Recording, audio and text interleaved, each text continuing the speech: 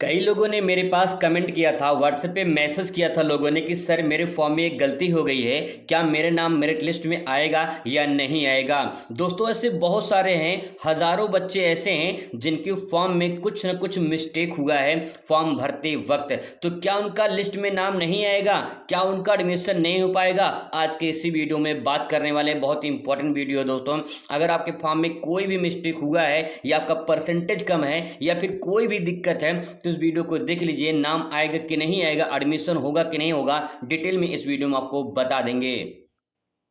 दोस्तों कुछ ऐसी मिस्टेक होती हैं जिसके कारण आईटीआई के मेरिट लिस्ट में नाम आपका नहीं आता है, और अगर मेरिट लिस्ट में नाम आ जाता है तो फिर जब आपका काउंसलिंग होता है आईटीआई में तो वहाँ दिक्कत हो सकती है। तो आगे क्या करना है आइए जान लेते हैं। सबसे पहले यहाँ आपको बता दें कि नाम, पिता का नाम, माता का नाम या जन्मतिथि अगर आपने गलत भरा है तो यहाँ पे थोड़ा सा आपको दिक्कत हो सकता है। जैसे मान लेते हैं किसी का नाम अनमोल है, ठीक है, मान लेते हैं किसी का नाम अनमोल है, तो ये स्पेलिंग उन्होंने लिख दिया और हिंदी में मान लीजिए इस प्रकार से उन्होंने लिख दिया अनमोल, ठीक है।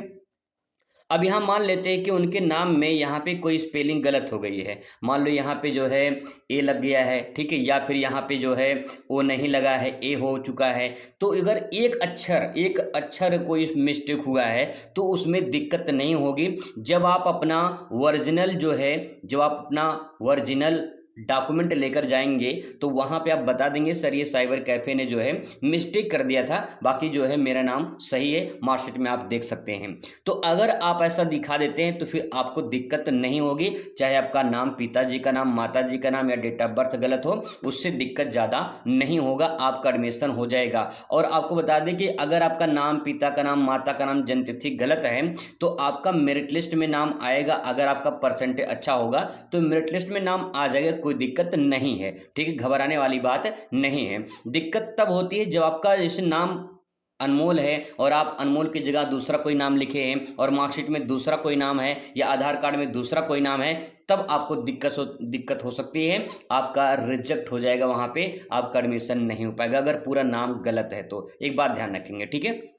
दूसरा पॉइंट यहाँ पे, शैक्षिक योग्यता अगर अंकों की गलत जानकारी आपने दिया है। अगर मान लीजिए आपका परसेंटेज मान लेते हैं कि आपका 60.25% था, ठीक है, और आपने उसमें भर दिया 62 दशमलव या फिर 62% भर दिया आपने, या फिर 61% भर दिया, तो यहाँ पे आपको दिक्कत हो सकती है। आपका नाम लिस्ट में तो आ जाएगा लेकिन जब आपकी काउंसलिंग होगी तो फिर वहाँ पे आपको दिक्कत हो सकती है, आपका नाम रिजेक्ट हो जाएगा अगर आपने गलत परसेंटेज भरा है तो। ये बात ध्यान रखेंगे, ठीक है। आगे दोस्तों यहाँ पे आरक्षण सही अगर आपने गलत चुन लिया है, जैसे कि बहुत सारे लोग अपना कैटेगरी गलत चुन लेते हैं। जैसे मान लीजिए आप ओबीसी में आते हैं, ठीक है, आप ओबीसी में आते हैं और आप मान लीजिए गलती से एससी हो चुका है, तो अब आपकी जो मेरिट बनेगी वो एससी के अनुसार बनेगा, क्योंकि हर कैटेगरी की अलग अलग मेरिट बनती है। एससी का अलग बनता है, ओबीसी का अलग बनता है, जनरल का अलग बनता है। तो अगर आपने गलती से अपनी कैटेगरी चेंज कर ली है तो वहाँ पे आपको दिक्कत हो सकती है। आपकी मेरिट लिस्ट में नाम आ जाएगा लेकिन काउंसलिंग में दिक्कत हो सकती है। यहाँ पे दोस्तों आप करेक्शन कर सकते हैं अपनी कैटेगरी को, इसलिए करेक्शन का डेट भी आया है, 15 अगस्त तक यहाँ पे दिया गया है, तो आप उसे करेक्शन कर सकते हैं। अब इसके बाद बात करते हैं अगले पॉइंट पर।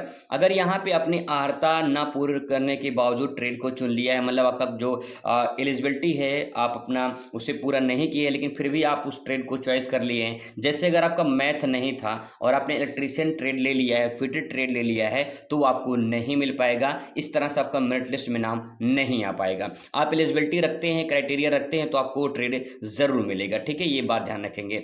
आगे दोस्तों इसके बाद जो है अगर आपने ट्रेड भी चॉइस अगर गलत किया है, जैसे कि आपका परसेंटेज बहुत कम है, ठीक है, आपका परसेंटेज कम मान लो कि 50 से 60% के बीच में है और आप इलेक्ट्रीशियन फिटर जो है भर दिए हैं, तो वहाँ पे आपको दिक्कत हो सकती है कि आपका मेरिट लिस्ट में नाम ना आए, क्योंकि 50-60% पे मेरिट लिस्ट में इलेक्ट्रीशियन फिटर बहुत कम मिलते हैं, 99% तो नहीं मिलते हैं। आपको यहाँ उससे ऊपर ही जाना पड़ेगा तभी जो है आपको फिटर इलेक्ट्रीशियन मिलते हैं, तो ये भी आप ध्यान रखेंगे, ठीक है। छठवां नंबर दोस्तों यहाँ पे है कि फॉर्म फाइनल सबमिट ना करना। बहुत सारे ऐसे लोग हैं जो फाइनल प्रिंट आउट नहीं निकाल पाए हैं, उनका पेमेंट फंस गया है या फाइनल प्रिंट नहीं निकला है, तो यहाँ पे आपका दिक्कत हो सकता है, मेरिट लिस्ट में नाम नहीं आएगा, क्योंकि आपका पूरा फाइनल प्रिंट होना चाहिए और आपका जो है पेमेंट भी आपका पूरा कंप्लीट हो जाना चाहिए। ठीक है, तो आपके मोबाइल पे मैसेज आ जाता है, ईमेल पे मैसेज आता है, रजिस्ट्रेशन नंबर मिल जाता है। अगर प्रिंट आउट मान लीजिए नहीं निकला है लेकिन रजिस्ट्रेशन नंबर अगर आपको मिल गया है तब भी आपका काम हो जाएगा, दिक्कत उससे नहीं होगी। तो आप इसको एक बार चेक कर लेंगे। ठीक है, आगे दोस्तों बात करते हैं एप्लीकेशन फीस भुगतान ना करना, मतलब फीस पेमेंट नहीं किए हैं तो आप पूरा फॉर्म भर दिए लेकिन फीस पेमेंट नहीं हुआ है तो यहाँ मेरिट लिस्ट में नाम नहीं आएगा। इसके बाद दोस्तों यहाँ पे अपना फोटो, हस्तर, अन्य जानकारियां अगर उसको नियमों को पालन नहीं किया है, यानी गलत जानकारी दिया है आपने, तो नाम तो आ जाता है लिस्ट में, लेकिन जब एडमिशन होता है, काउंसलिंग जो होती है, तो आपका वहाँ पे फर्जी हो जाता है और फिर आपका एडमिशन कैंसिल हो जाता है। ऐसे बहुत सारे लोग हैं जैसे कि EWS का सर्टिफिकेट लगा देते हैं जो जनरल कैटेगरी में होते हैं और उनके पास सर्टिफिकेट नहीं होता है, तो वो उनका एडमिशन जो है आगे चलकर कैंसिल हो जाता है जब वो अपना काउंसलिंग जाके कराते हैं। ठीक है, तो इस बात का ध्यान रखेंगे। एक से ज़्यादा जो है गलत आवेदन करना, मतलब कि अगर आप बहुत सारे ऐसे लोग हैं एक बार अप्लाई करते हैं फिर उसके बाद दोबारा अप्लाई करते हैं तो उससे भी दिक्कत हो सकती है। आपका एक ही बार आपका अप्लाई होना चाहिए। ठीक है, इसके वजह से तो मेरिट लिस्ट में आने के समय आगे की प्रक्रिया ना करना, मतलब जब मेरिट लिस्ट में नाम आ जाएगा आप काउंसलिंग नहीं कराएंगे या फिर अपना जो डॉक्यूमेंट वेरिफिकेशन वो नहीं कराएंगे तो आपका ITI में एडमिशन नहीं हो पाएगा। तो दोस्तों कुछ ऐसे मिस्टेक हैं जिसे आप देख सकते हैं और अगर आपको यहाँ पे अपनी मिस्टेक सुधारनी है तो 15 अगस्त तक जो है डेट दिया गया है ऑफिशियल वेबसाइट पर।